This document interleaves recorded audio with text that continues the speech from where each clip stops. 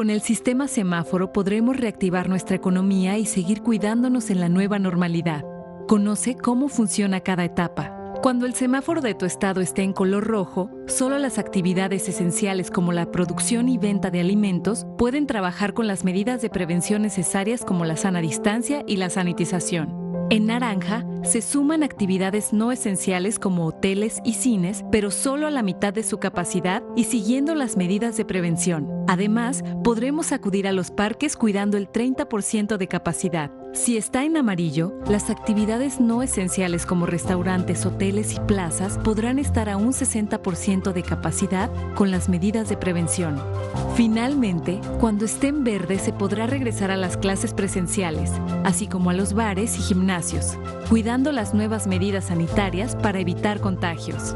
Para mayor información visita coronavirus.gov.mx. Juntos saldremos adelante. Gobierno de México.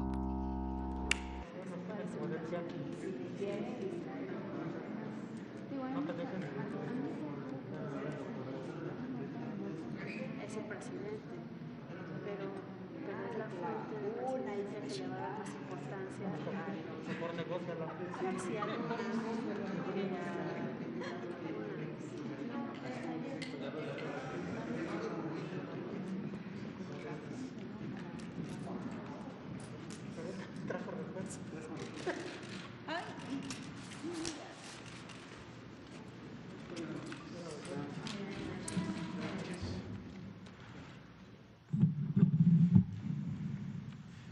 Muy buenas noches, son las 19 horas con 1 minuto de este día martes 13 de octubre de 2020.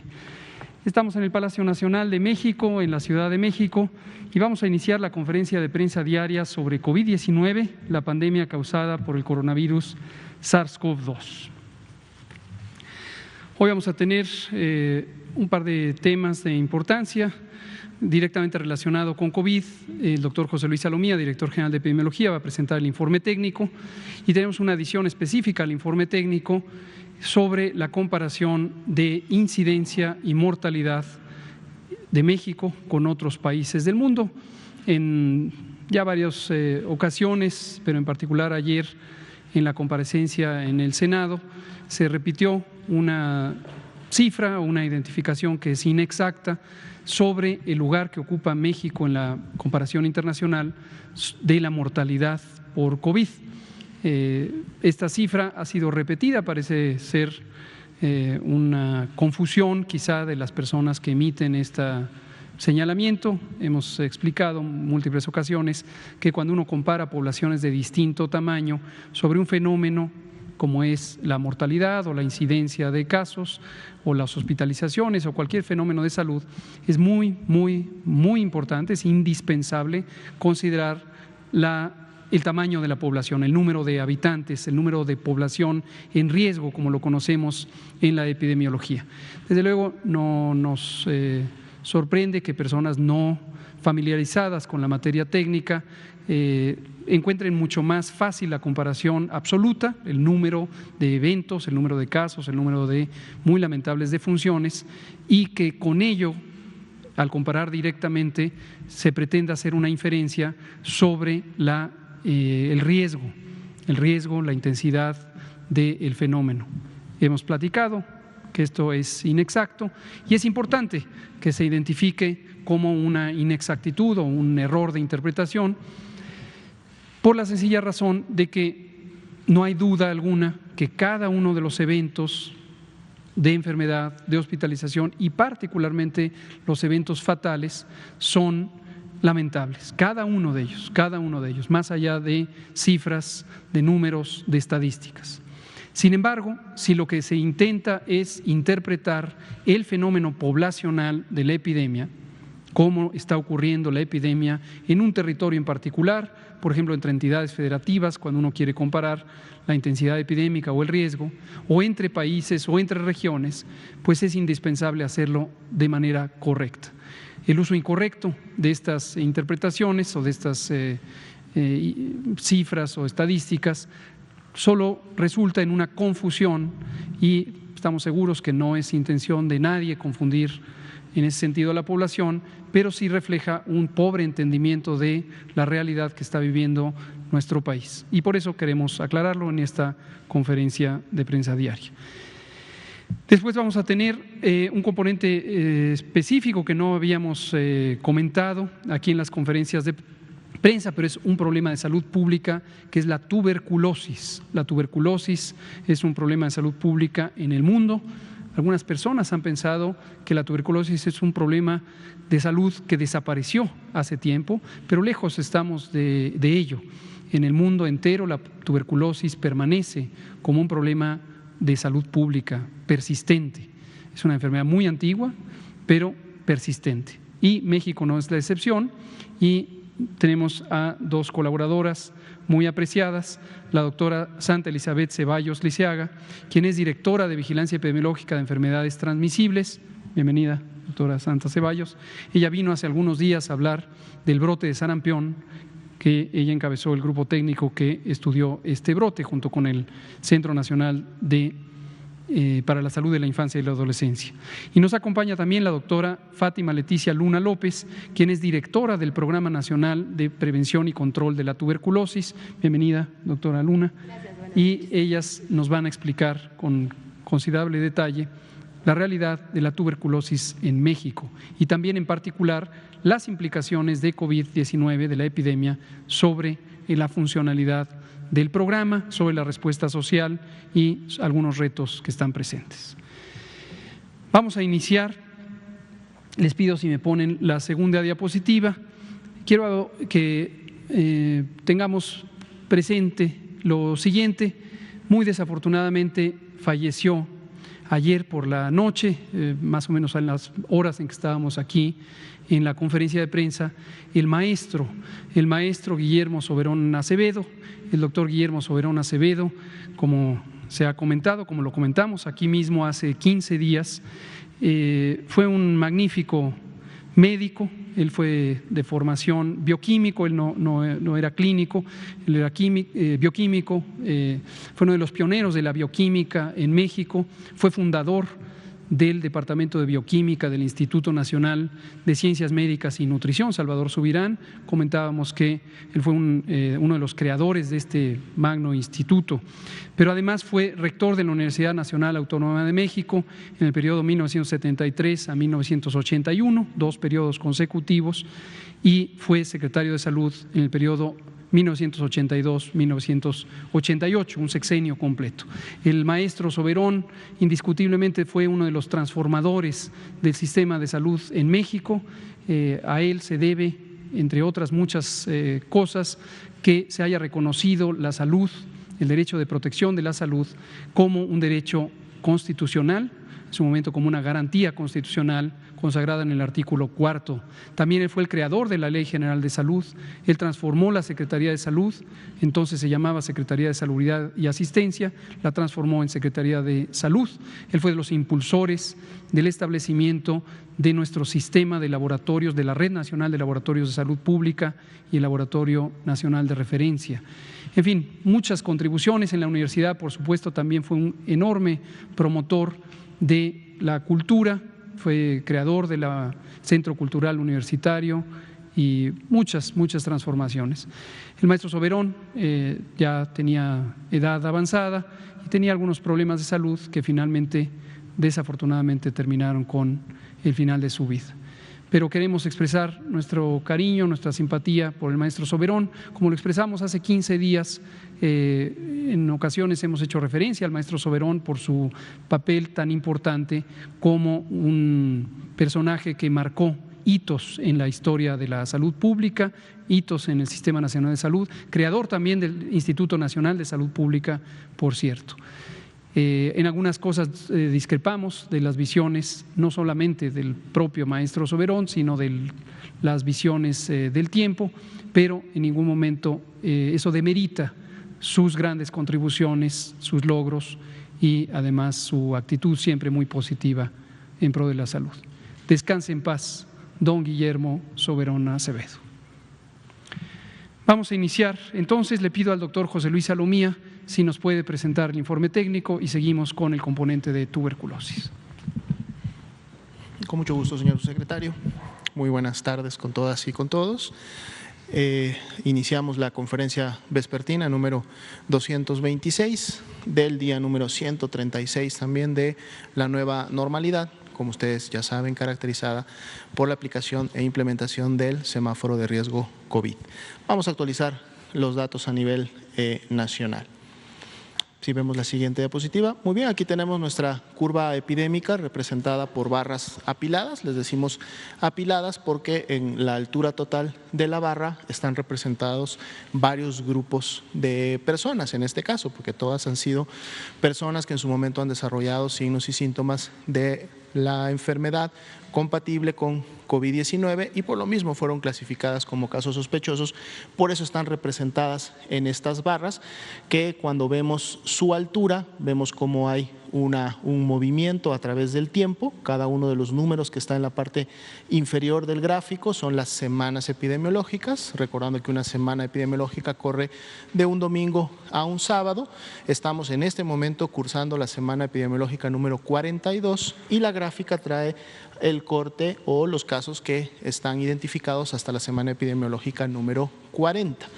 Podemos ver que en los colores destacan dos grupos grandes, el color verde que está en la parte superior y estas son precisamente las personas que ya han dado negativo a la prueba para detectar virus SARS-CoV-2, por lo tanto se clasifican como casos de COVID-19 descartados, es decir, no son casos de COVID-19 y el total de ellos acumulado es de 981.171. El grupo que le sigue en cantidad es precisamente las barras de color café claro que están en la parte inferior y estas son precisamente las personas que han sido clasificadas como casos confirmados de COVID-19 y para el día de hoy representan también un acumulado de 825.340. En mucha menor cantidad pueden ustedes ver que también tenemos barras de color gris, son las personas identificadas y clasificadas como sospechosas, pero que por los lineamientos no fue necesaria la toma de una muestra. Tenemos las barras de color negro que todavía son de menor cantidad, que son aquellas personas en donde sí se obtuvo una muestra de laboratorio, pero lamentablemente esta muestra no tendrá ya posibilidades de tener un resultado por razones que hemos explicado en conferencias previas. Y finalmente un quinto grupo que es la barra de color azul que está en la semana 40, que son personas clasificadas como sospechosas que tienen una muestra y en las cuales sí estamos esperando tener un resultado en los siguientes días y una vez que este resultado se emita, pues estas personas que están en la barra de color azul pasarán o a la barra de color café claro, es decir, tendrán un resultado positivo y por lo tanto serán confirmadas, o podrán pasar a las barras de color verde, es decir, serán descartadas porque su resultado en este caso será negativo. Y precisamente del análisis de estas personas que salen positivas y negativas es que podemos obtener el porcentaje de positividad, es decir, cuántas personas en su momento dieron positivo a la prueba. Para la semana 40, 37% de ellas han dado positivo a la prueba, es decir, de todas las personas que se han muestreado, que tienen una muestra y que su resultado ya fue emitido, el 37% fue positivo y esto es un indicador que hemos visto cómo ha ido descendiendo prácticamente desde la semana 30 y esto también nos habla lógicamente de una disminución en la transmisión a nivel comunitario. Tengamos presente siempre que estamos viendo la gráfica nacional, es decir, es el porcentaje de positividad de los números que suman de las 32 entidades federativas, pero este dato está disponible en las diferentes páginas públicas y lo pueden ustedes identificar para cada una de las entidades federativas. Veamos la siguiente diapositiva. Son los casos estimados, es decir, los que ya fueron clasificados como confirmados y a estos le sumamos aquellos que sin tener una muestra o tener una muestra que no tuvo aún resultado, aplicamos porcentaje de positividad, lo sumamos y entonces ahora tenemos este total. Ya veíamos que estamos cursando la 11ª semana en la cual continúa una tendencia descendente. Para el día de hoy es de menos 6% en relación a las dos últimas semanas graficadas, es decir, entre la 39 y 40, por lo que todavía se mantiene la tendencia descendente. Igual hemos visto esta tendencia que se mantiene en el caso de las defunciones, siendo de menos 39% en las últimas 2 semanas. Un indicador que se mantiene también en un nivel bajo es el de los casos activos estimados. Continuamos en 4%, después que habíamos estado en un 5% en semanas previas. Veamos la siguiente y última diapositiva del escenario nacional. Aquí también estamos evidenciando, vamos a estar turnando las gráficas que ustedes ya conocen, que la población también conoce, con otras gráficas que en su momento nos permiten también ver la tendencia, es decir, cómo está el comportamiento de las hospitalizaciones. Seguimos teniendo el dato nacional de la ocupación de camas general y con ventilador, podemos ver que es de 29% para las camas general y de 25% para las camas con ventilador. Si recordamos los datos que hemos estado presentando de manera diaria, esto ha representado un incremento ligero, por cierto, pero no deja de ser un incremento en la ocupación hospitalaria. Y en esta gráfica que estamos presentando en este momento es donde precisamente podemos ver ese incremento que se ha dado en los últimos días. Vean ustedes cómo desde la última semana de julio, en donde tuvimos para el escenario de México la mayor ocupación hospitalaria, que precisamente fue de 18,223 personas que estuvieron hospitalizadas en un mismo día, al mismo tiempo en todo el país. A partir de agosto empezamos con una tendencia descendente continua hasta llegar a un punto de máxima reducción de la hospitalización, que es precisamente la de solo 9,927 personas hospitalizadas. Por eso le decimos que es la ocupación mínima alcanzada, lo cual representaría del punto más alto al punto más bajo alcanzado una disminución de 46% de la hospitalización. Pero eso sucedió hace 19 días.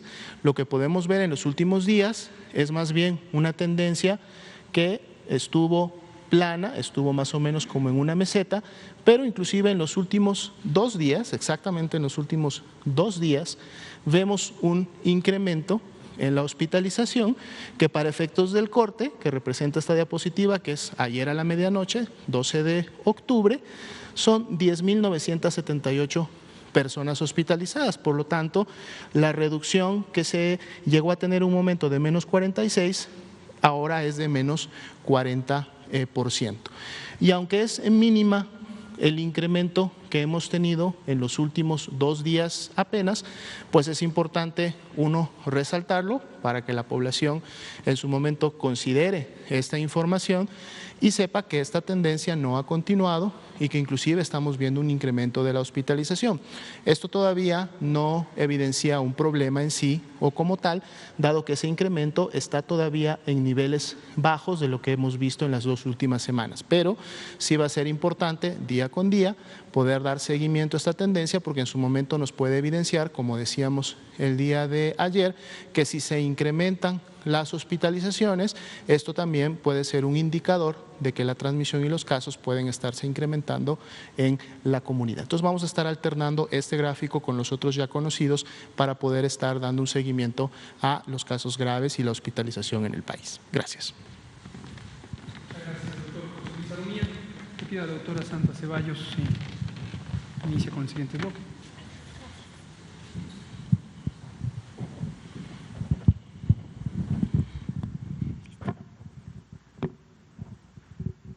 Hacemos la siguiente. Faltó este pedacito.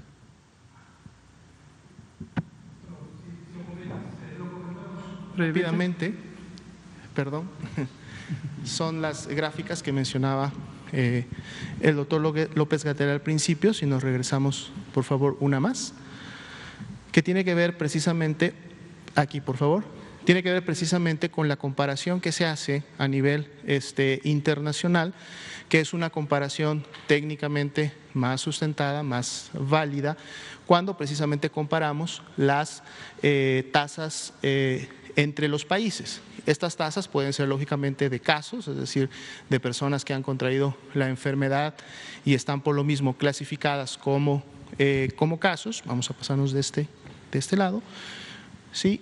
Y también, lógicamente, las defunciones. Aquí tenemos una tasa que está calculada por millón de habitantes, que es también un corte al 11 de octubre, en donde vemos cómo a nivel mundial México ocupa el lugar número 71 por tasa por millón de habitantes.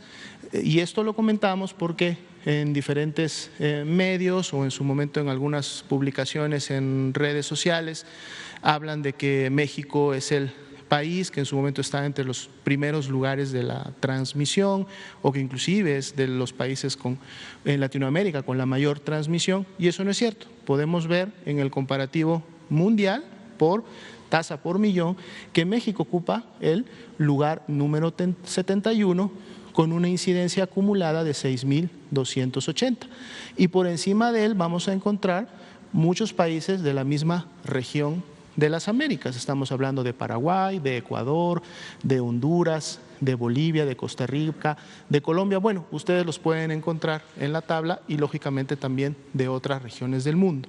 Y para efectos de la mortalidad, es decir, las personas que fallecen como una proporción de la población que existe en una región determinada, y en este caso estaríamos hablando lógicamente de México, si vemos la siguiente diapositiva, es precisamente el 10º lugar que ocupa México en relación a la mortalidad mundial. En primer lugar está San Marino. San Marino es una entidad que se encuentra al noreste de Italia, precisamente, es una región geográfica, digamos, pequeña, de seguro ocupa los primeros lugares, pero luego vemos que vienen países también de Latinoamérica, como está Perú, como está Bolivia, como está Brasil, Chile y Ecuador, digamos, en esa lista de primeros 10 países por encima de México, recordando que además México lógicamente tiene una densidad poblacional importante en relación a muchos países y se encuentra con 648 defunciones acumuladas por millón, ¿no? Entonces, esto también para que se tenga la información. La fuente es la misma Organización Mundial de la Salud, se puede cotejar en las páginas oficiales de esta organización para tener los datos y poder estar bien informados y no dejarnos llevar por falsos dichos que aparecen a veces en los diferentes medios de comunicación y redes. Muchas gracias. Muchas gracias, doctora Alomía. Doctora Santa Ceballos, por favor.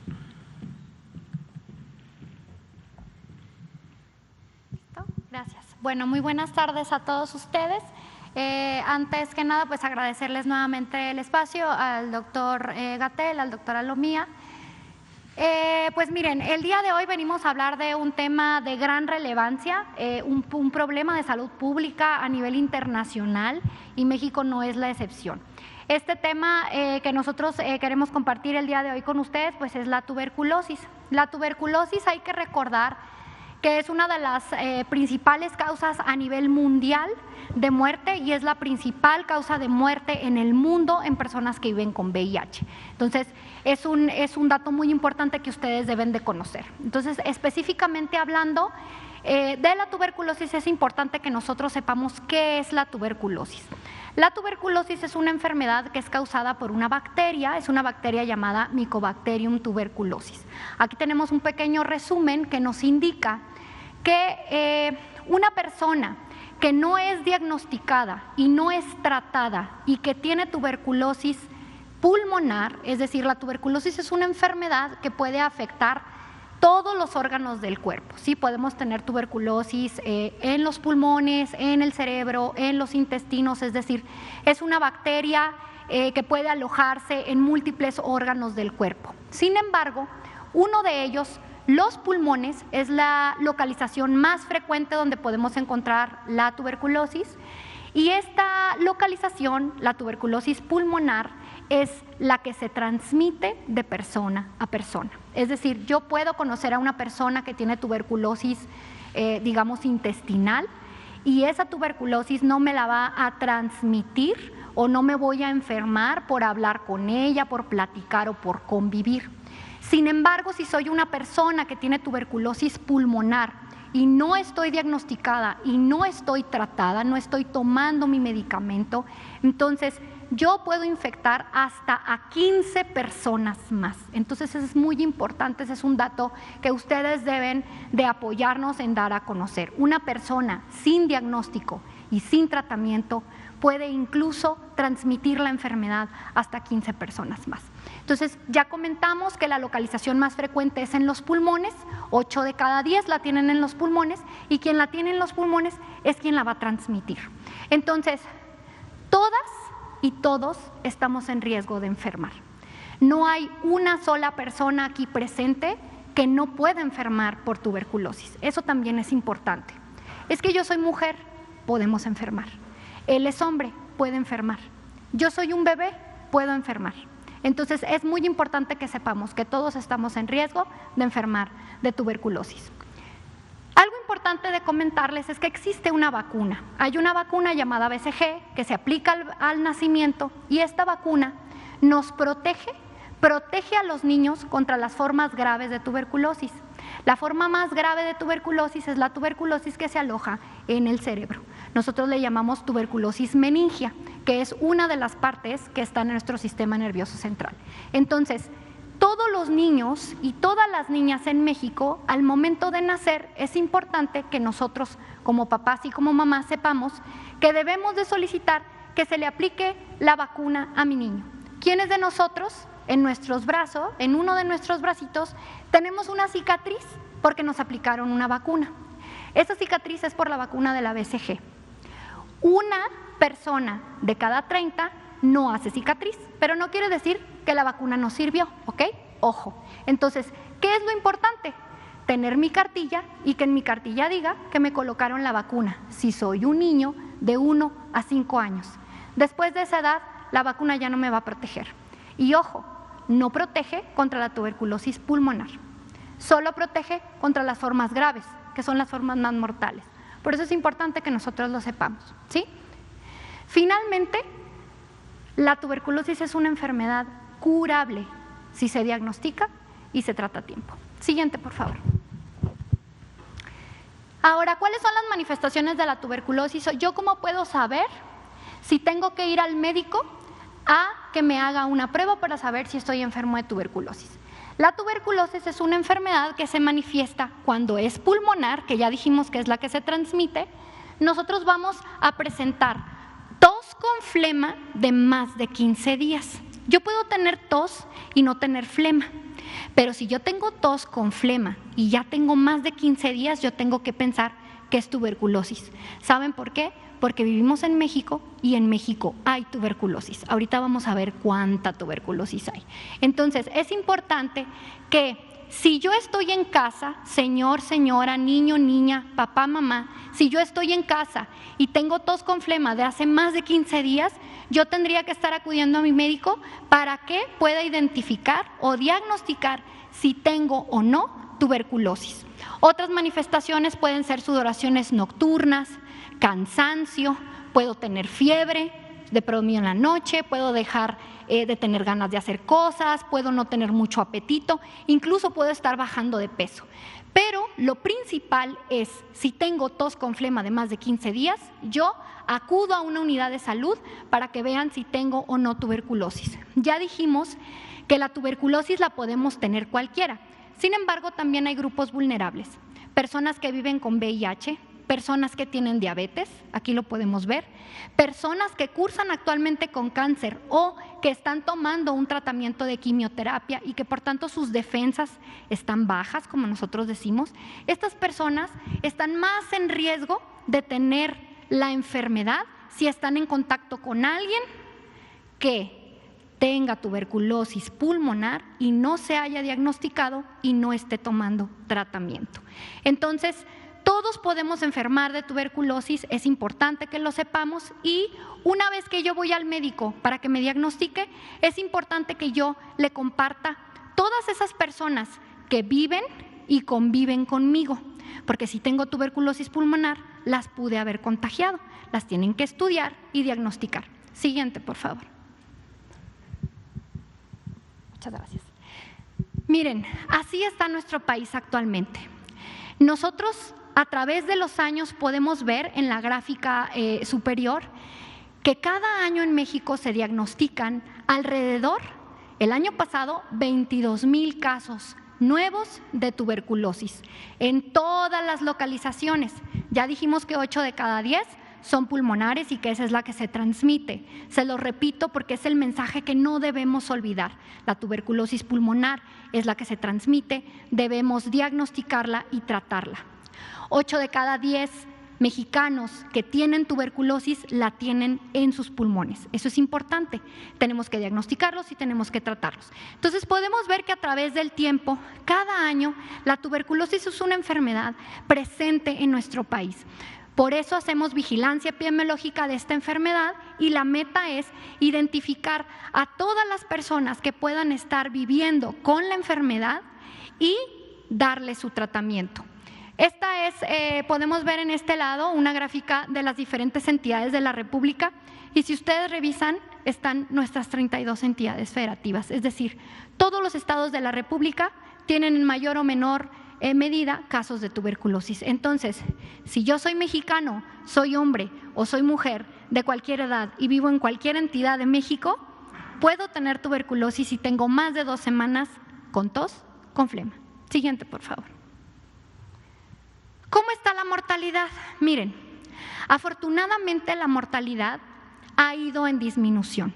Actualmente nosotros podemos ver cómo la tendencia de 6,000 muertes que había de tuberculosis en el año 1990, actualmente para el año 2018, que es la última cifra oficial que tenemos, estas defunciones han disminuido hasta 2,000 defunciones, es decir, actualmente tenemos una tasa de 1.6, quiere decir que de cada 100,000 personas, 1.6 personas mueren por tener la enfermedad. Siguiente, por favor. Vean, nuevamente para recordar, ¿a quién puede tener tuberculosis? Ya dijimos, en color gris, ¿verdad? Están los hombres, en color verde están las mujeres. Es decir, tenemos casos tanto en hombres como en mujeres. Tenemos casos en todos los grupos de edad. Vean cómo en el grupo de menores de 1 año, es decir, los bebés que yo tengo en casa, pueden tener la enfermedad. Si la mamá o el papá que los cuida o la persona que me apoya cuidando a mis hijos tiene la enfermedad y no ha sido diagnosticado y no tiene tratamiento, ahí podemos tener casos de tuberculosis también en los menores. En todos los grupos de edad tenemos la enfermedad. Y recuerden, el 65% de las personas que tienen tuberculosis cursan con alguna otra enfermedad. La principal es diabetes, pero también podemos encontrar VIH, podemos encontrar desnutrición, tabaquismo, alcoholismo. Entonces es importante que todas las personas que pueden tener la enfermedad acudan a su centro de salud para que sean identificadas o que se busque la enfermedad mediante una prueba diagnóstica. Y finalmente veamos esta diapositiva en la cual yo les muestro los casos de tuberculosis que presentamos en 2019 versus los casos de tuberculosis que hemos identificado en el 2020. Y como ustedes pueden ver, la tuberculosis no tiene una temporalidad específica. Todo el año estamos identificando casos. Todo el año me puedo enfermar. Todo el año me pueden diagnosticar y todo el año me pueden iniciar un tratamiento. Entonces es importante que nosotros veamos que es una enfermedad que vive con nosotros y que debemos saber diagnosticar para que se pueda tratar. Aquí también es importante mencionar, ustedes pueden ver en color café las barras que corresponden a los casos de COVID. Ustedes vean cómo es la curva, la presencia de los casos de COVID versus la curva de la presencia de los casos de tuberculosis. Tuberculosis la tenemos todos los días del año, durante todo el año, y la hemos tenido durante muchos años con nosotros. Entonces es importante que conozcamos la enfermedad y que no pensemos que es una enfermedad de otro país o de otro lugar y que nosotros no estamos expuestos. Estamos expuestos y estamos en riesgo. Y eso es importante que nosotros lo tengamos presente. Finalmente, específicamente la vigilancia epidemiológica, que es lo que nosotros hacemos en la Dirección General de Epidemiología, enfrentamos algunos retos. ¿Cuáles son los retos? Ustedes lo vieron en la curva anterior, en la gráfica pasada. no estamos identificando el mismo número de casos que el año pasado. No quiere decir que tenemos que encontrar los mismos, pero las tendencias son similares. Nosotros consideramos que hay gente que actualmente está en su casa, que puede estar cursando con los síntomas y que no ha solicitado la atención para ser diagnosticado. Entonces, acudamos a nuestro centro de salud en búsqueda de ese diagnóstico. Tenemos el reto de mantener un acceso seguro a los servicios de salud, por eso debemos mantener las medidas de sana distancia. Debemos hacer frente a la disminución del personal. Sabemos que mucho de nuestro personal de salud se ha enfocado a la atención de los casos y de los pacientes con COVID. Sin embargo, pues nosotros como vigilancia epidemiológica de otras enfermedades debemos estar siempre muy conscientes de que esta es una enfermedad presente en nuestro país e importante. Y debemos también de mantener estrategias de diagnóstico y tratamiento. A continuación, la doctora Fátima Luna hablará más extensamente de todo lo que se hace en este país para diagnosticar y tratar a nuestros casos de tuberculosis. De mi parte sería todo y pues quedo atenta. Muchas gracias. Gracias. Por favor. Gracias. Doctora Luna. Buenas noches a todos, es un placer estar con ustedes y sobre todo que por una de tantas veces se hable de un tema tan importante como lo es la tuberculosis. Y quiero decirles que es un tema importante porque el estigma y la discriminación que existe alrededor de esta enfermedad, de este problema de salud pública, hoy en día, en pleno 2020, sigue siendo muy grande. Y bueno, la doctora Santa ya nos dio un panorama de la situación epidemiológica, cómo estamos actualmente con esta carga de enfermedad. Como ustedes observaron, no hay un solo estado de la República que no tenga casos de tuberculosis. En menor o en mayor grado, todos los estados de México, de nuestro país, tienen tuberculosis. Y aquí es bien importante recalcarlo, porque recordemos que los estados, nosotros somos un país heterogéneo, somos un país grande, somos un país con ciertas características que hacen a veces muy difícil manejar ciertos problemas y entre ellos los de la salud. Tan solo el movimiento poblacional. Nosotros podemos decir, yo vivo en Tlaxcala, sería uno de los estados que tienen menor carga, pero si alguien viaja y en ese trayecto yo tengo contacto, dadas las relaciones que hoy en día se manejan por economía, salud, etcétera, voy a tener contacto con esa persona que puede estar afectada por tuberculosis. Si yo tengo, mi actividad económica requiere que tenga contacto con muchísimas personas, voy a tener ese factor de riesgo para poder enfermarme. Y siempre lo he dicho yo en muchas ponencias, el factor de riesgo más grande que tenemos para enfermarnos de tuberculosis es respirar. Y creo que en esta sala todos respiramos. Entonces, este es uno de los puntos importantes que quiero tocar. Ustedes verán en la lámina, se encuentra proyectado todo lo que son los compromisos que tenemos a nivel internacional. Pero antes de comenzar con ello, me parece que es importante recalcar, si bien tenemos que cumplir todos ellos, porque somos parte de esas organizaciones internacionales, el compromiso como servidores de la salud es con nuestra población. Tratar de tenerlos en un estado de salud lo mejor posible. Y bueno, tenemos objetivos, como ustedes ven, a mediano plazo y a largo plazo. Básicamente tenemos dos importantes, que es la estrategia final a tuberculosis, que lo que plantea es disminuir el número de muertes para el año 2035, disminuir la tasa de incidencia y que haya cero costos catastróficos. Como ustedes ven, en México, dada el comportamiento que tenemos, requiere de ciertas actividades para poder alcanzar todos estos objetivos. Ustedes ven que lo que nos están marcando es bajar, de acuerdo a los objetivos del desarrollo sostenible para el 2030, disminuir el número de muertes en un 90%. Para la estrategia final a tuberculosis es disminuirlo el porcentaje al 95% con respecto o comparado, tomando como basal el año 2015. De igual manera, la incidencia se tiene contemplada bajarla en un 80% para el año 2030, para los objetivos del desarrollo sostenible y para el fin de la estrategia de la tuberculosis a 90%. Y ustedes alcanzan a ver, se plantea tener cero costos catastróficos. Y aquí es bien importante decirlo porque tenemos muy medido cuánto nos cuesta a nosotros como personal de salud el medicamento, el recurso humano, los auxiliares de laboratorio, pero qué tanto le va a costar a la familia afectada. Ustedes vieron en los grupos etarios, mayormente la población económicamente activa es quien está afectada por ello. Si hablamos que los hombres también son los mayormente afectados, esa familia que tenga una persona afectada por tuberculosis se va a ver mermada su economía. Entonces, aquí tenemos un punto importante que tenemos que tocar. Y bueno, en México, ¿cómo estamos alineando estas estrategias y estos indicadores a nuestro Programa Nacional de Tuberculosis? Pues básicamente lo que queremos hacer es cortar cadenas de transmisión. ¿Y cómo lo vamos a hacer?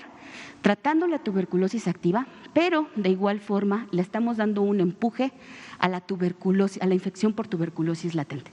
Es decir, aquella persona que está infectada, pero que no tiene ninguna sintomatología y que lamentablemente no se le da el tratamiento o no acude a consulta cuando requerimos hacer el estudio de contactos para que se le dé este tratamiento.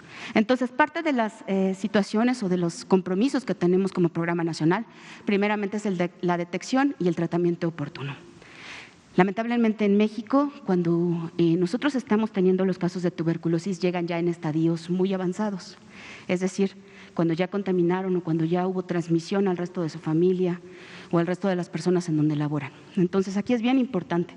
La doctora Santa ya tocó la definición operacional, que básicamente es toda aquella persona que tenga tos con flemas de más de 15 días de evolución.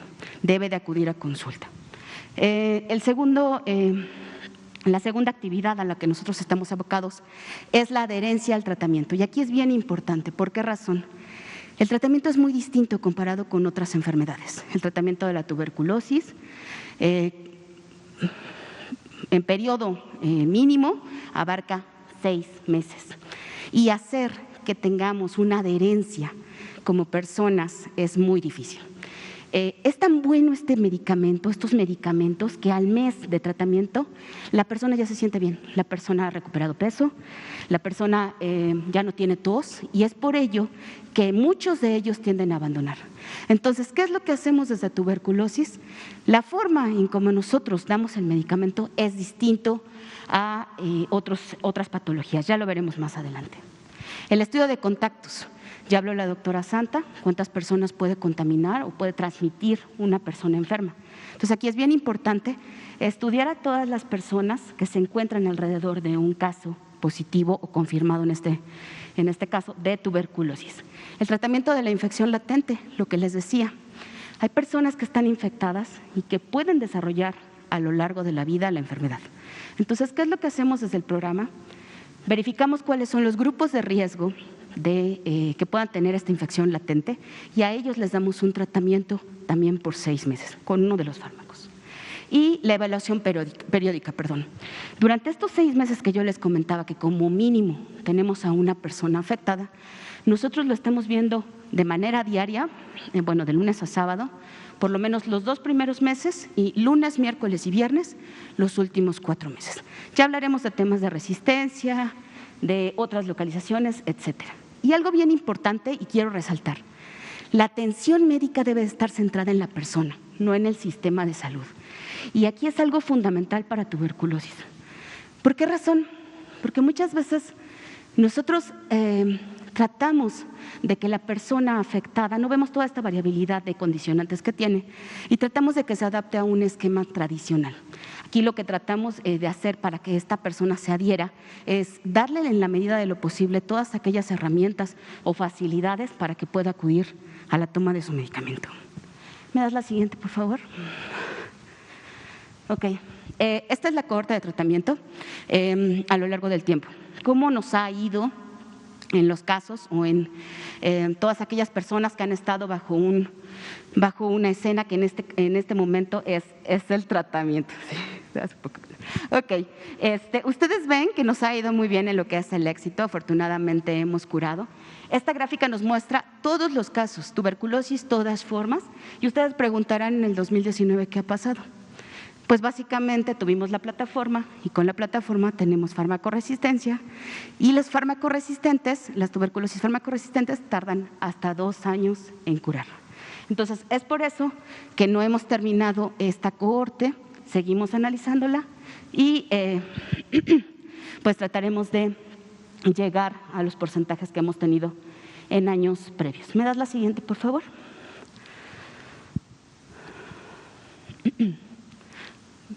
¿Ok?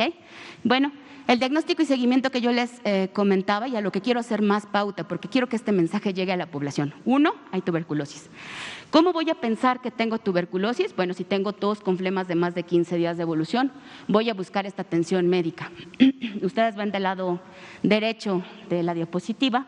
Básicamente el diagnóstico es basado o se sustenta en varios componentes. Primeramente, el interrogatorio, la anamnesis que le hacemos al paciente. Todas aquellas preguntas que van a ir dirigidas para nosotros poder pensar que es una tuberculosis. Ejemplo de todo ello, una persona que vive en Baja California, ustedes vieron la tasa de incidencia, yo pensaría automáticamente en una tuberculosis si llega conmigo con esa definición operacional. Y después de esto, pues la exploración física, nunca debemos de olvidar que son personas, no son patologías las que nosotros estamos atendiendo. Y como métodos diagnósticos también aquí quiero ser muy puntual. El diagnóstico es gratuito, está en todas las unidades de salud, es muy sencillo y no es invasivo. El diagnóstico se hace principalmente con baciloscopía.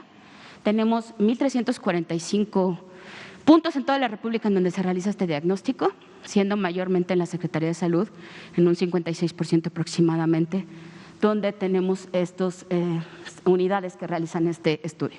Tenemos también lo que es el EXPERT, es un estudio de biología molecular, que básicamente es tener alguna de las, o verificar que alguna de las proteínas de esta bacteria están, y estamos virando a este diagnóstico. Este diagnóstico, aparte de que me dice es complejo, Mycobacterium en tuberculosis, me da la oportunidad o tiene la ventaja de que también me dice es resistente a uno de los fármacos que son de los principales para nosotros en tuberculosis en efectividad, que es la rifampicina.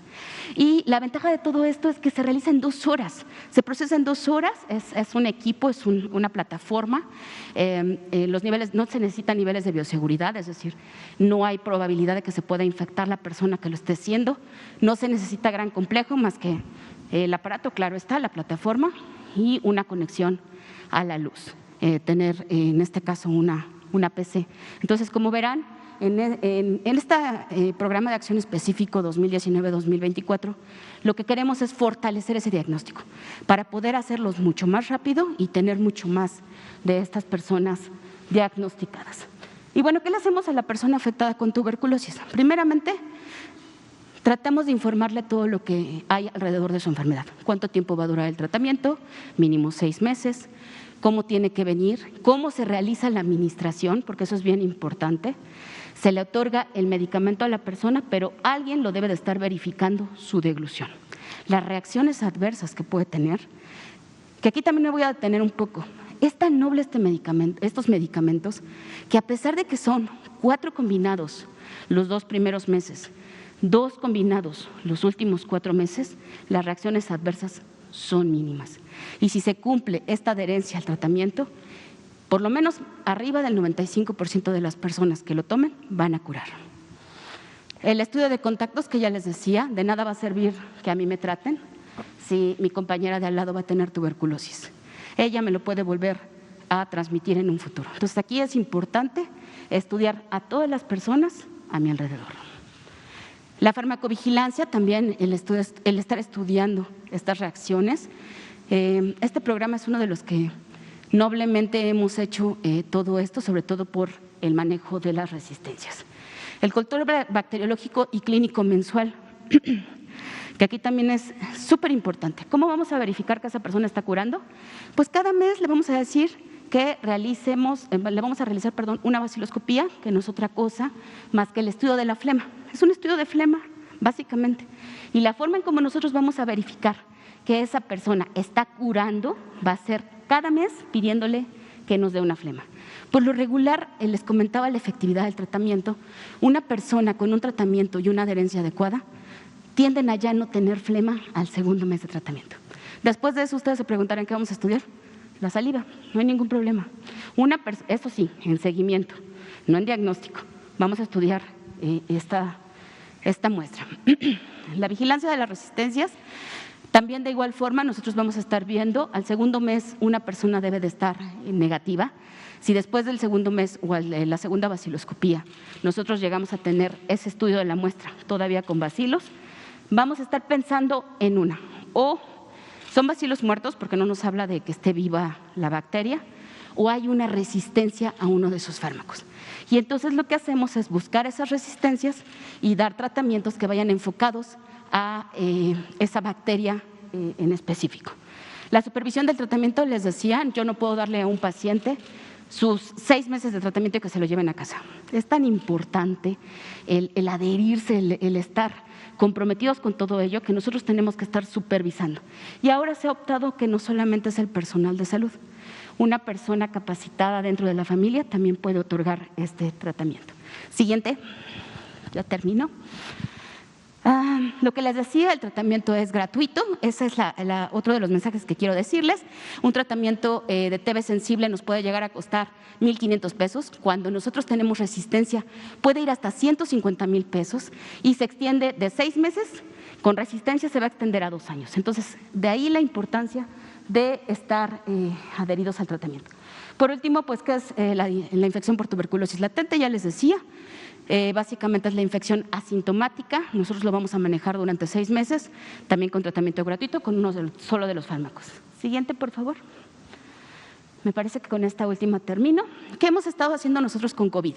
Ya lo dijo la doctora Santa, debido a la disminución del personal de salud, pero también de las personas que asisten a las unidades de salud, hemos contemplado diversas estrategias. Entre ellas, por ejemplo, hacer videotest. Se le otorga a un familiar el medicamento por 1 semana y lo que hacemos es que vía celular, con estos teléfonos inteligentes, la persona cuando se va a deglutir el medicamento, lo que hace es hacer una videollamada y nosotros estamos observando que no haya ningún problema en la deglución y que no tenga ningún problema después. Tenemos también promotores de salud en alguna de las áreas. Esto se tropicalizó o se adecuó de acuerdo a las características de cada uno de los estados.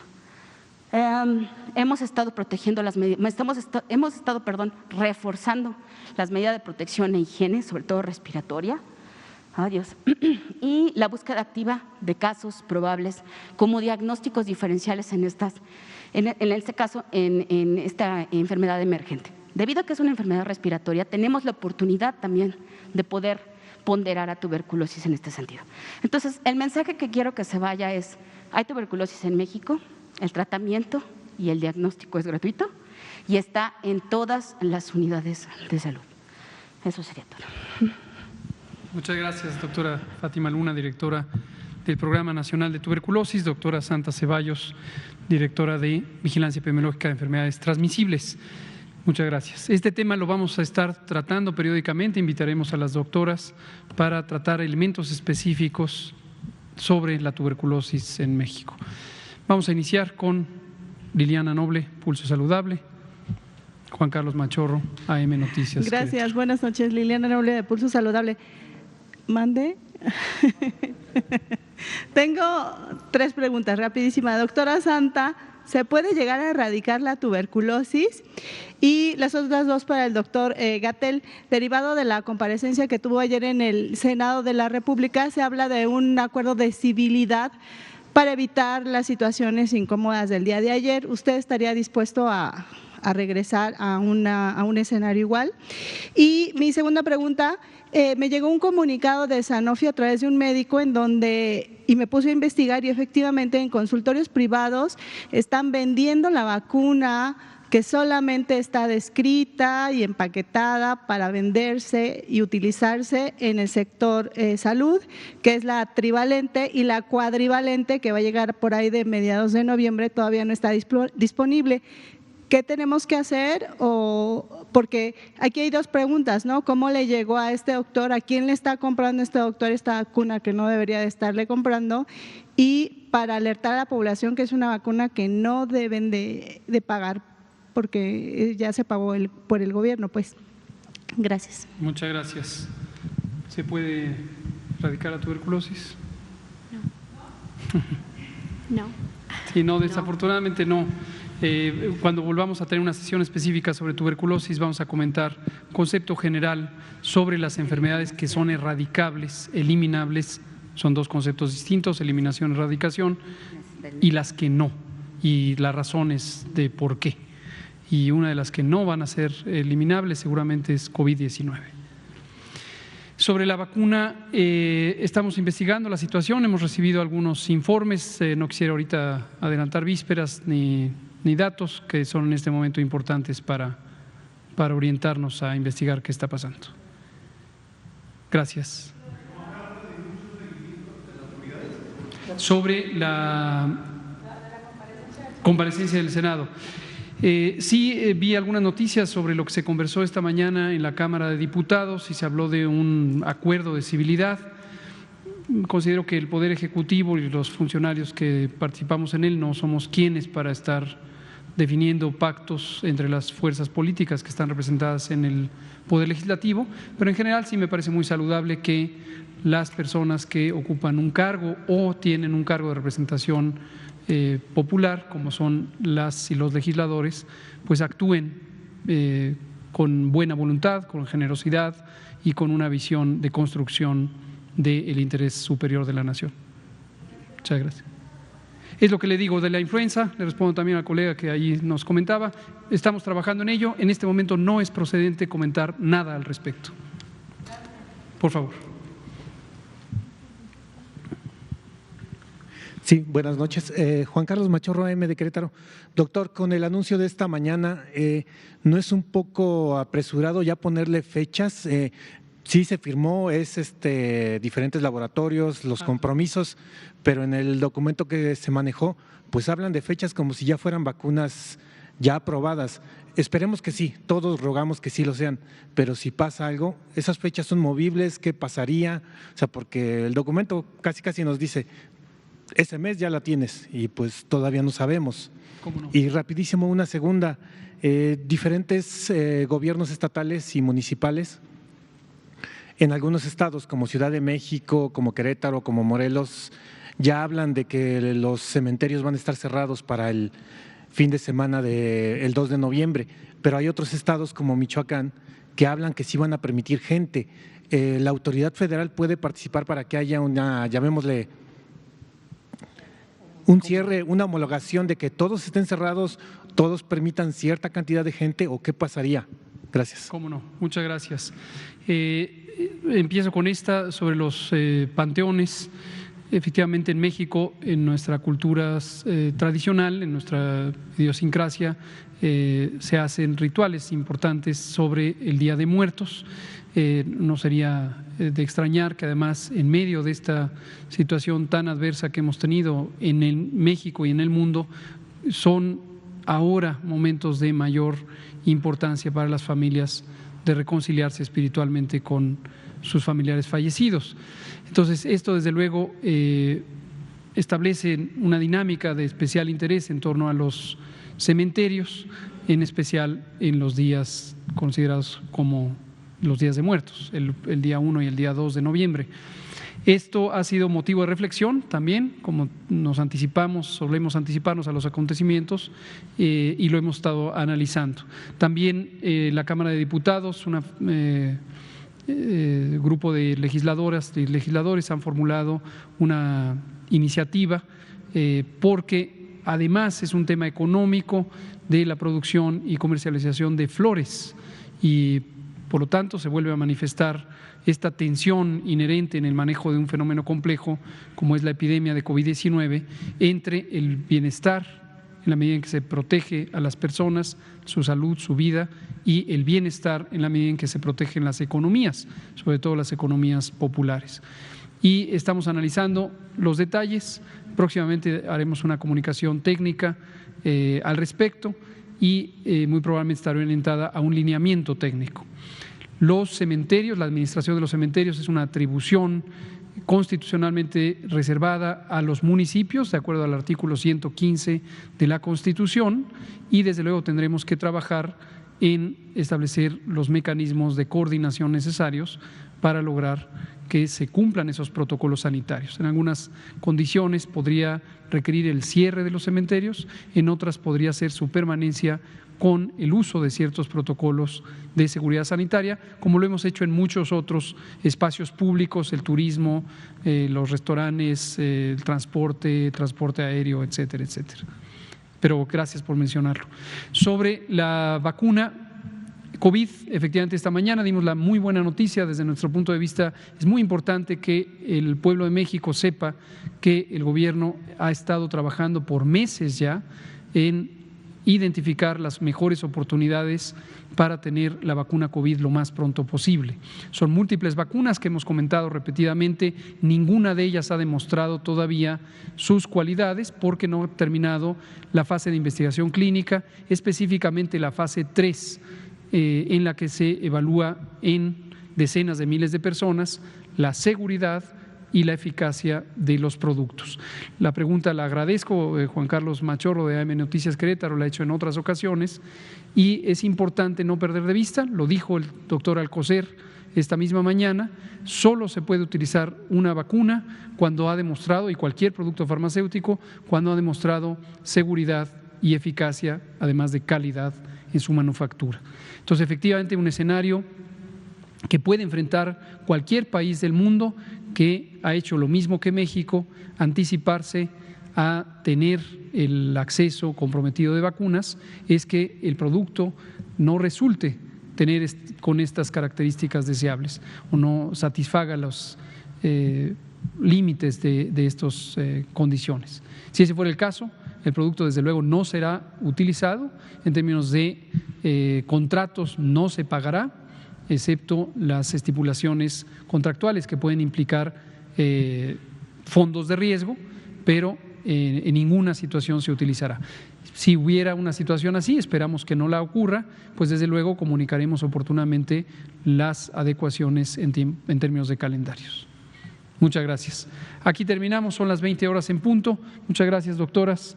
Muchas gracias a todas y todos ustedes. Gracias.